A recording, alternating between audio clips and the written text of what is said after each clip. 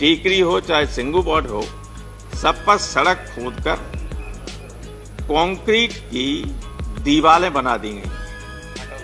उससे पहले कांटे लगाए गए। मतलब जो हमारी पार्लियामेंट की सुरक्षा नहीं है, उससे ज्यादा जबरदस्त सुरक्षा की गई। पाकिस्तान बॉर्डर पे भी ऐसा नहीं है। मैंने तो वो बॉर्डर भी देखी, वहां भी इस तरह का नहीं है। कि अब लखनऊ हम गए तो वह चौधरी चरण सिंह हवाई अड्डा है, लेकिन नाम लिखा हुआ है अडानी। तो ये क्या हमला करने आ रहे दिल्ली पर? और बार बार हमारे राष्ट्रपति के अभिभाषण में भी इस बात की चर्चा करवा दी आपने। राष्ट्रपति को आप जानते हैं कि राष्ट्रपति तो वही कहेंगे जो आप लिखेंगे। उससे न एक लाइन इधर कह सकते न एक लाइन उधर कह सकते। वो अगर अपने मन की बात कहना चाहें तब भी नहीं कह सकते। सबसे बेहतर मंडियां काम करती हैं पंजाब और हरियाणा की। और वो जानता है कि जब ये मंडियां बेकार हो जाएंगी तो मनमाने तरीके से व्यापार, ये जो बड़े उद्योगपति हैं जिनकी मंडियां बनेंगी निजी, वे किसानों को कहेंगे कि हम इस भाव पे लेंगे, लेना हो तो दो, न देना हो तो रखो अपने घर। राज्य की मंडी में खरीदा जाए, चाहे कोई इंडिविजुअल खरीदे, चाहे कोई और प्राइवेट मंडी वाला खरीदे, इस एमएसपी से कम लागत पर कम कीमत पे कोई नहीं खरीदेगा। ये गारंटी अगर एक लाइन लिख दे जाते तब भी लोगों को भरोसा रहता कि इसमें हमारी एमएसपी बची रहेगी। आपका एक शानदार इतिहास है, अतीत है। अगर पंजाब इतनी बड़े पैमाने, अब तो देश के दूसरे हिस्सों में भी बहुत बढ़िया खेती होने लगी, लेकिन एक स्थिति ऐसी थी जिसमें देश के बड़े हिस्से को खिलाने पिलाने का काम पंजाब करता था। देश की सीमाओं पर बड़े पैमाने पर उनके घरों से जाने वाले लड़के हैं। और मैं ये आप भी जानते हैं और हम सब जानते हैं कि जितने किसान परिवारों के लोग हैं, वे न केवल खेती पैदा करके लोगों के पेट भरने का काम करते हैं, बल्कि हमारी पुलिस और सेना में जो लोग हैं, बॉर्डर पर जो सीमाओं की रक्षा करते हैं, देश में जो लॉ एंड ऑर्डर को बनाए रखने का काम करते हैं, वे जवान भी इन्हीं किसानों के परिवारों से आते हैं। ये उन परिवारों से नहीं आते हैं जो जिनके लिए आप लोग काम कर रहे हैं। आपको काम करना चाहिए इनके लिए, आप कर रहे हैं उनके लिए जिनके आसपास का, जिनके रिश्तेदार और खानदान कोई सेना में जा ही नहीं सकता है। नहीं दे, अगर उनके सामने गोली चला दी जाए तो गिर पड़ेंगे, है क्या? लेकिन देश का धन सारा इकट्ठा कर लें और उनकी मदद हो रही। भाई ये क्या दिक्कत है कि किसान कह रहे हैं कि वापस कर लिए? इसमें प्रतिष्ठा का प्रश्न क्या? अगर हम कहते, अगर विपक्ष कहता, पॉलिटिकल पार्टीज कहती कि आप विड्रॉ कर लीजिए, आप मत करो। लेकिन किसान किसी राजनीतिक दल का नहीं है, किसी राजनीतिक दल से प्रेरित नहीं है, बल्कि जो लोग बैठे हुए उन्होंने कहा है कि कोई राजनीतिक दल का व्यक्ति हमारे मंच से भाषण नहीं कर सकता, बैठ सकता है नीचे, लेकिन मंच पर नहीं जा सकता है। कहा है कि नहीं कहा? तो उसमें आपकी क्या प्रतिष्ठा गिरी जा रही है? जब गुलाम नबी साहब बता रहे थे, जो उन्होंने उदाहरण 3 दिए, वो 100% सत्य और तथ्यात्मक हैं। जब अंग्रेज किसानों की बात को मान सकता है और कानून को वापस ले सकता है, तो क्या आप अंग्रेजों से खराब हैं? आपको क्या दिक्कत है? सर समय हो गया? जी हो गए, ऑलरेडी 2 मिनट 3 मिनट अधिक हो गए। मैं आधा मिनट में खत्म किए दे रहा हूं। सर, एक तो मैं अपनी बात खत्म करने से पहले ये कहना चाहता हूं कि इस पेंडेमिक में भी अकेले खेती ही ऐसी थी जिसने जीडीपी को रोके रखा। कुछ हमारी खेती का योगदान 20% है, 14% से बढ़ के 20% हो गया, क्योंकि और जीडीपी डाउन हो गई थी। लेकिन खेती ने आपकी इज्जत रखने की काम किया, लोग देश को बचाने का काम किया। और दूसरे ये कि जो लोग मरे हैं, मैं सरकार से ये मांग करता हूं कि उन किसानों को, उनके परिवारों को कम से कम 20-20 लाख रुपए का मुआवजा दिया जाए और उनके बच्चों को कहीं न कहीं राज्य सरकारों से कह के या केंद्र सरकार में उनको एक आध बच्चे को जो मरे हैं उनको सरकारी नौकरी दी जाए। और हमारे गुरु उदय प्रताप सिंह ने एक बार लिखा था इसी पे कि खेत में मेहनत तुमने की, तुम्ही को तंगी का डर हो, तुम्हारे घर में दिया जले रोशनी और कहीं पर हो, उठो ये नीलकंठ तीसरे नेत्र की याद दिलाता हूं, तुम्हें आवाज लगाता हूं। तो ये किसानों को इस सदन के माध्यम से मैं आवाज देना चाहता हूं कि एक हो सारे देश के। इन्हें तो अभी ये घमंड है कि हम बाहर से मंगा लें, तुम मत दो अन्न, हम बाहर से मंगा लेंगे। हाँ, ये कर सकते हैं, ये कर सकते हैं, लेकिन कितने दिनों तक कर सकते हैं? ऐसा नहीं है कि किसान जिस दिन विद्रोह पर उतर आएगा तो बड़े बड़े लोग सत्ता में नहीं रहते हैं। ये किसी को घमंड नहीं रहना चाहिए कि हमेशा सत्ता में बने रहें। इसलिए लोगों की बात सुनिए। लोकतंत्र है, देश की बड़ी आबादी वो है, बैठे हुए लोग, उनको मनाइए। वे आपको मना रहे हैं, ये समझिए एहसान कर रहे हैं आप पे। आप उनसे कहिए आप जाइए, हम ये विड्रॉ करेंगे बिल और नए बिल लाएंगे जिसमें उनसे भी पूछा जाएगा, उनके संगठनों से पूछा जाएगा और उसके हिसाब से संशोधित कानून लाए जाएंगे। देश के किसान, मैं देश की इसलिए बात कर रहा हूं कि पंजाब, हरियाणा और पश्चिमी उत्तर प्रदेश तो दिल्ली के पास है, ये यहां आ सकते हैं और इसलिए आए हैं। वरना नासिक से लेके लाखों की तादाद में लोग मुंबई गए, पवार साहब ने एड्रेस किया उनको, और दक्षिण भारत में कई जगह लाखों की संख्या में लोगों ने रैलियां की, इन कानूनों के खिलाफ विरोध प्रदर्शन किया। अब हमारे किसान बैठे हुए हैं कई महीनों से। तमाम किसानों की जान जा चुकी है, सर्दी की वजह से, भूख की वजह से, अन्य तमाम कारणों से। लेकिन सरकार ऐसी निर्दयी हो गई है, ऐसी बेरहम हो गई है कि उसके ऊपर कोई असर ही नहीं हो रहा है, कोई असर नहीं हो रहा है। आप ये बताइए कि अगर आप उनको 1.5 साल तक होल्ड करने के लिए, रोकने के लिए राजी हो जाते हैं तो इसमें क्या दिक्कत है कि उन तीनों बिलों को विड्रॉ करके इस सेशन में रिपील कीजिए उस एक्ट को और नए बिल ले आइए, उनको स्टैंडिंग कमेटी को भेज दीजिए और उसके बाद नए बिल पास कर दीजिए। अगर पहले भी आपने विपक्षी मांग मान ली होती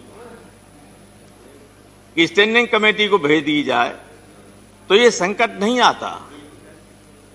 अब मैं देख रहा हूं कि हमारे गाजीपुर बॉर्डर पर और टीकरी हो चाहे सिंगू बॉर्डर हो, सब पर सड़क खोदकर कंक्रीट की दीवारें बना दी गई हैं। उससे पहले कांटे लगाए गए। मतलब जो हमारी पार्लियामेंट की सुरक्षा नहीं है उससे ज्यादा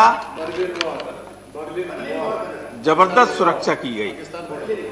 पाकिस्तान बॉर्डर पर भी ऐसा नहीं है, मैंने तो वो बॉर्डर भी देखी, वहां भी इस तरह का नहीं है। तो ये क्या हमला करने आ रहे दिल्ली पर? और बार बार हमारे राष्ट्रपति के अभिभाषण में भी इस बात की चर्चा करवा दी आपने। राष्ट्रपति को आप जानते हैं कि राष्ट्रपति तो वही कहेंगे जो आप लिखेंगे, उससे न एक लाइन इधर कह सकते न एक लाइन उधर कह सकते। वो अगर अपने मन की बात कहना चाहें तब भी नहीं कह सकते। अब किसान अपनी मन की बात कहना चाहता है इसलिए आया, क्योंकि वो अगर टेलीविजन और रेडियो पे उसकी बात आ नहीं सकती, इसलिए बैठा इसलिए है कि वो अपनी मन की बात आपको सुनाने आया है। आप तो अपनी बात सुना देते हैं सबको, कोई दिक्कत नहीं। तो जब और प्रश्न उठता ये है कि आया क्यों है? मेरा ये सवाल है कि आप कहते हैं कि किसानों के लिए कानून लाए, किसानों के लिए कानून लाए, किसान कहते हैं कि हमारे लिए कानून ठीक नहीं। जब उनके लिए ठीक नहीं, जिनके लिए लाए हो, तो आप क्यों जबरदस्ती उनके ऊपर लाद रहे हो कानून? वो कह रहे हैं कि हमारे लिए नुकसानदायक है, आप कह रहे हैं हम आपके लिए लाए।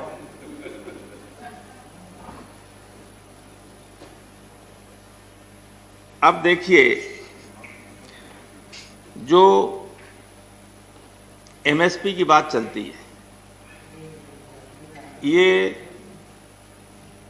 ऑर्डिनेंसेस आ गए थे पहले ही जून में, और बाद में विधेयक आए जब सत्र चला तब। मैं आपको उदाहरण देना चाहता हूं कि स्थिति कितनी खराब हो गई। लास्ट ईयर जब ये अध्यादेश नहीं आया था, उससे पहले हमारे यहां मक्का का भाव था 22 रुपया कुंटल, 2200 रुपया कुंटल। और इस बार जब यह अध्यादेश आपने लागू कर दिया, उसके बाद मेरा तमाम जमीन खाली पड़ी रहती थी, धान, उसके बाद आलू, गेहूं, ये सब करते रहते थे। तो लड़के करते थे, उन्होंने कहा साहब मक्का 2200 रुपया कुंटल बिक रही है, अब की मक्का कर दीजिए। मक्का की तो 1100 रुपया कुंटल बिक, 1100 रुपया कुंटल।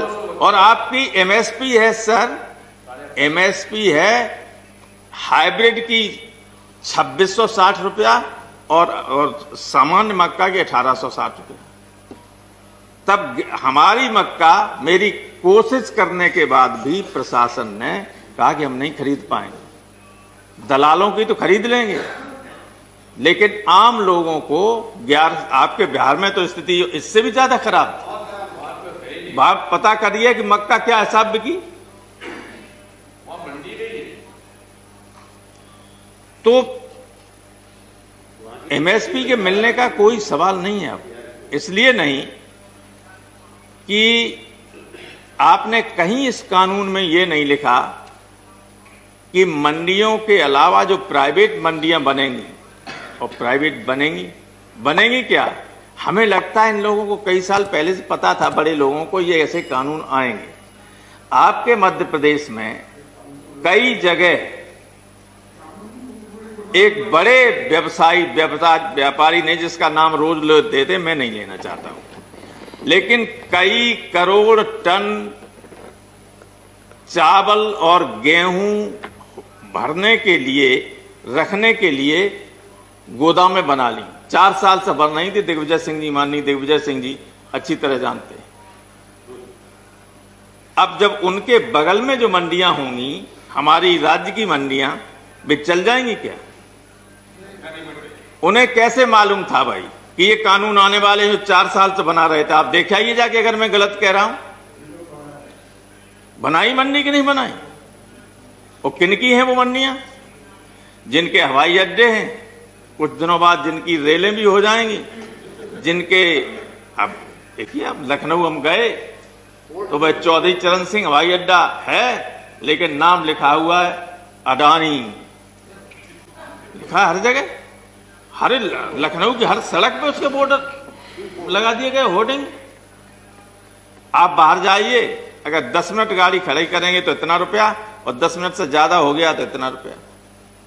आपको अगर कोई छोड़ने आया, आप वीआईपी हैं, उनके साथ, आपके साथ गाड़ियां चली आई, थोड़ा सा हवाई जहाज लेट है और आपसे नमस्ते करने के लिए, खड़े बात करने के लिए रह गए, तब तक पता चला गाड़ी का पैसा बढ़ गया। बहुत बुरा हाल है। तो वही स्थिति इसमें है कि किसान क्यों परेशान है? किसान जानता है बहुत अच्छी तरीके से, सबसे बेहतर मंडियां काम करती हैं पंजाब और हरियाणा, और वो जानता है कि जब ये मंडियां बेकार हो जाएंगी तो मनमाने तरीके से व्यापार, ये जो बड़े उद्योगपति हैं जिनकी मंडियां बनेंगी निजी, वे किसानों को कहेंगे कि हम इस भाव पे लेंगे, लेना हो तो दो, न देना हो तो रखो अपने घर।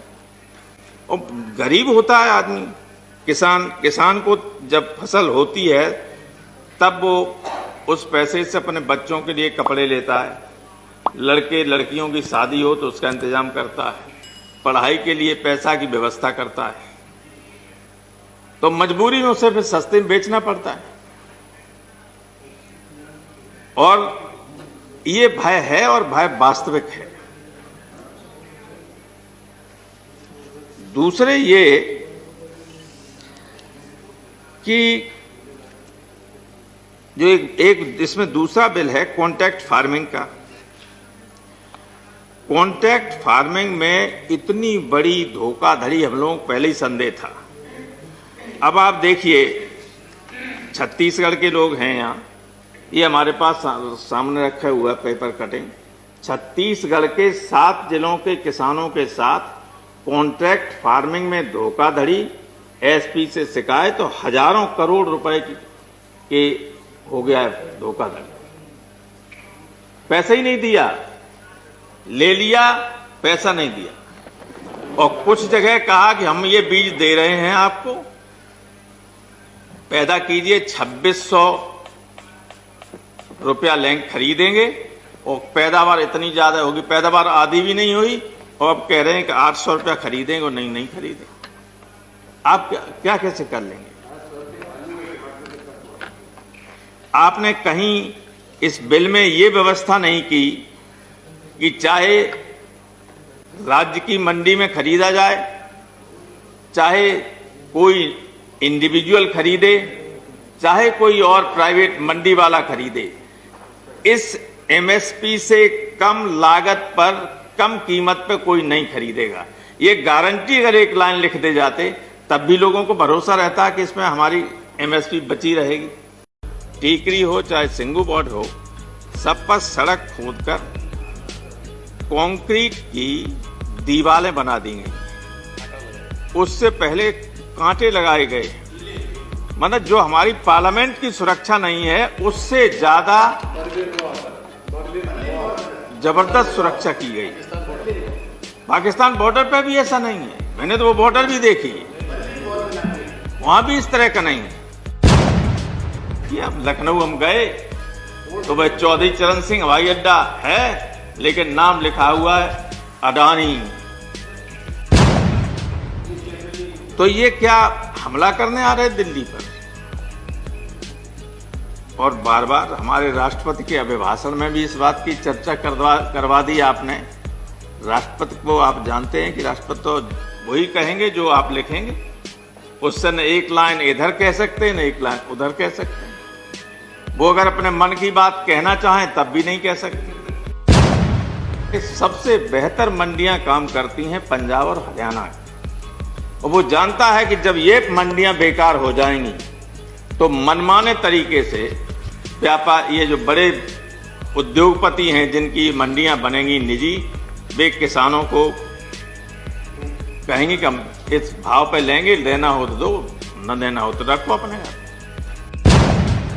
राज्य की मंडी में खरीदा जाए, चाहे कोई इंडिविजुअल खरीदे, चाहे कोई और प्राइवेट मंडी वाला खरीदे, इस एमएसपी से कम लागत पर, कम कीमत पे कोई नहीं खरीदेगा।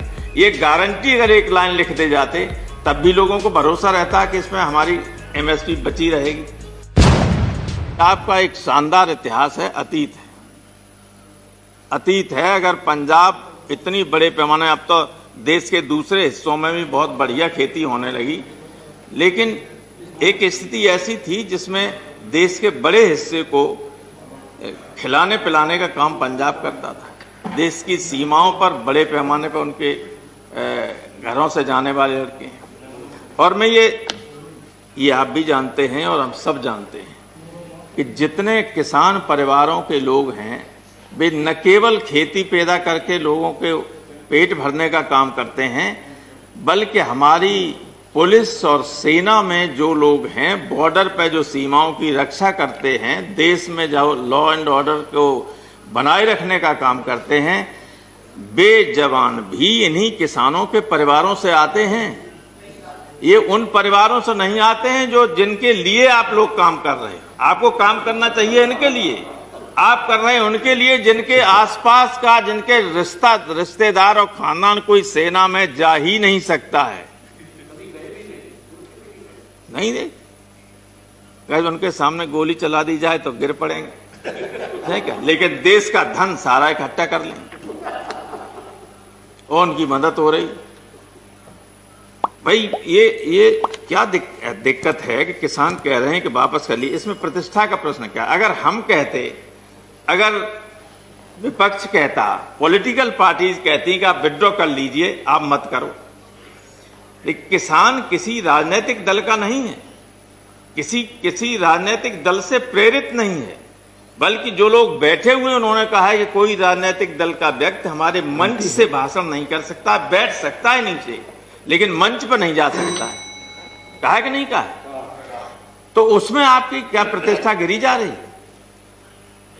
जब गुलाम नबी साहब बता रहे थे, जो उन्होंने उदाहरण 3 दिए, वो 100% सत्य और तथ्यात्मक हैं। जब अंग्रेज किसानों की बात को मान सकता है और कानून को वापस ले सकता है, तो क्या आप अंग्रेजों से खराब हैं? आपको क्या दिक्कत है? सर समय हो गया? जी हो गए, ऑलरेडी 2 मिनट 3 मिनट अधिक हो गए। मैं आधा मिनट में खत्म किए दे रहा हूं। सर, एक तो मैं अपनी बात खत्म करने से पहले ये कहना चाहता हूं कि इस पेंडेमिक में भी अकेले खेती ही ऐसी थी जिसने जीडीपी को रोके रखा। कुछ हमारी खेती का योगदान 20% है, 14% से बढ़ के 20% हो गया, क्योंकि और जीडीपी डाउन हो गई थी, लेकिन खेती ने आपकी इज्जत रखने की कोशिश काम किया, लोग देश को बचाने का काम किया। और दूसरे ये कि जो लोग मरे हैं, मैं सरकार से ये मांग करता हूं कि उन किसानों को, उनके परिवारों को कम से कम 20-20 लाख रुपए का मुआवजा दिया जाए और उनके बच्चों को कहीं न कहीं राज्य सरकारों से कह के या केंद्र सरकार में उनको एक आध बच्चे को जो मरे हैं उनको सरकारी नौकरी दी जाए। और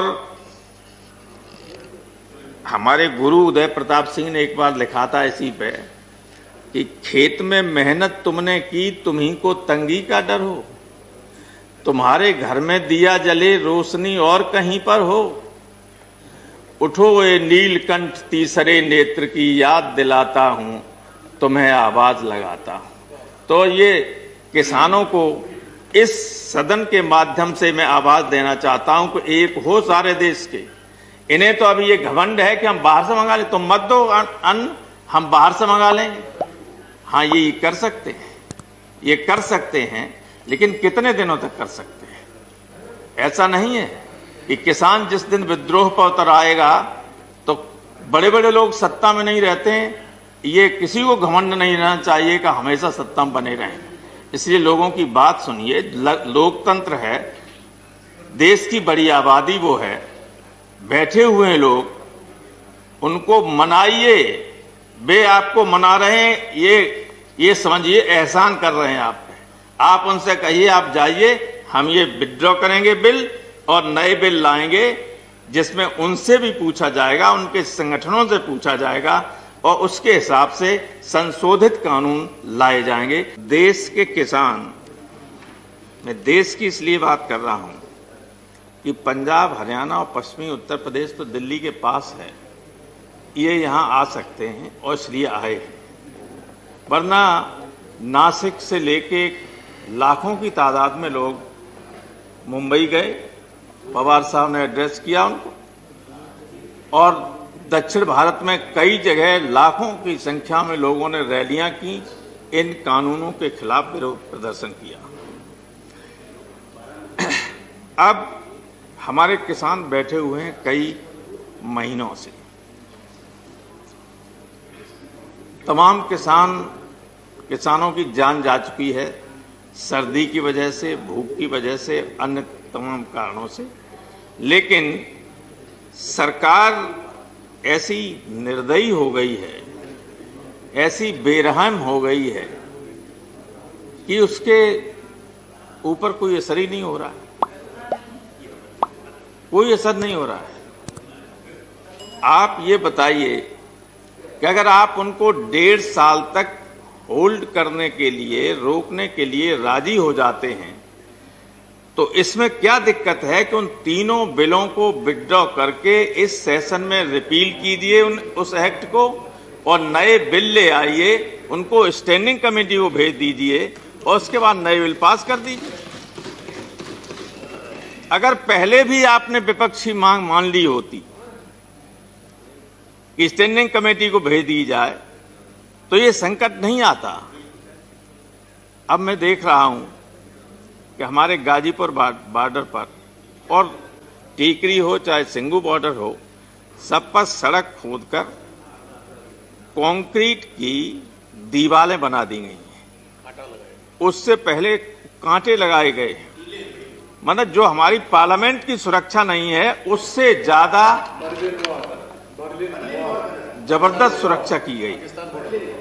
पाकिस्तान बॉर्डर पर भी ऐसा नहीं है, मैंने तो वो बॉर्डर भी देखी है, वहां भी इस तरह का नहीं है। तो ये क्या हमला करने आ रहे दिल्ली पर? और बार बार हमारे राष्ट्रपति के अभिभाषण में भी इस बात की चर्चा करवा दी आपने। राष्ट्रपति को आप जानते हैं कि राष्ट्रपति तो वही कहेंगे जो आप लिखेंगे, उससे न एक लाइन इधर कह सकते न एक लाइन उधर कह सकते। वो अगर अपने मन की बात कहना चाहें तब भी नहीं कह सकते। अब किसान अपनी मन की बात कहना चाहता है इसलिए आया, क्योंकि वो अगर टेलीविजन और रेडियो पे उसकी बात आ नहीं सकती, इसलिए बैठा इसलिए है कि वो अपनी मन की बात आपको सुनाने आया है। आप तो अपनी बात सुना देते हैं सबको, कोई दिक्कत नहीं। तो जब और प्रश्न उठता ये है कि आया क्यों है? मेरा ये सवाल है कि आप कहते हैं कि किसानों के लिए कानून लाए, किसानों के लिए कानून लाए, किसान कहते हैं कि हमारे लिए कानून ठीक नहीं। जब उनके लिए ठीक नहीं, जिनके लिए लाए हो, तो आप क्यों जबरदस्ती उनके ऊपर लाद रहे हो कानून? वो कह रहे हैं कि हमारे लिए नुकसानदायक है, आप कह रहे हैं हम आपके लिए लाए।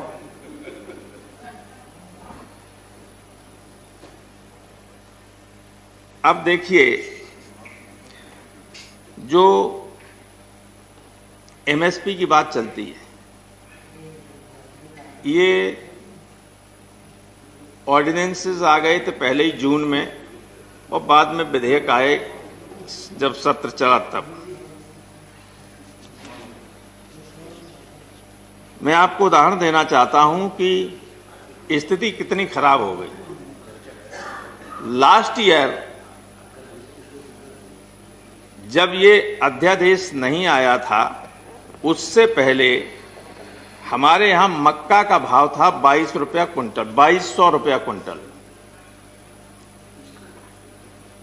और इस बार जब यह अध्यादेश आपने लागू कर दिया, उसके बाद मेरा तमाम जमीन खाली पड़ी रहती थी, धान, उसके बाद आलू गेहूं ये सब करते रहते थे। तो लड़के करते थे, उन्होंने कहा साहब मक्का 2200 रुपया कुंटल बिक रही है, अब की मक्का कर दीजिए। मक्का की तो 1100 रुपया कुंटल बिक, 1100 रुपया कुंटल। और आपकी एमएसपी है सर, एमएसपी है हाइब्रिड की 2660 रुपया और सामान्य मक्का की 1860 रुपया। तब हमारी मक्का, मेरी कोशिश करने के बाद भी प्रशासन ने कहा कि हम नहीं खरीद पाएंगे। दलालों की तो खरीद लेंगे, लेकिन आम लोगों को आपके बिहार में तो स्थिति इससे भी ज्यादा खराब। बात पता करिए कि मक्का क्या हिसाब बिकी। तो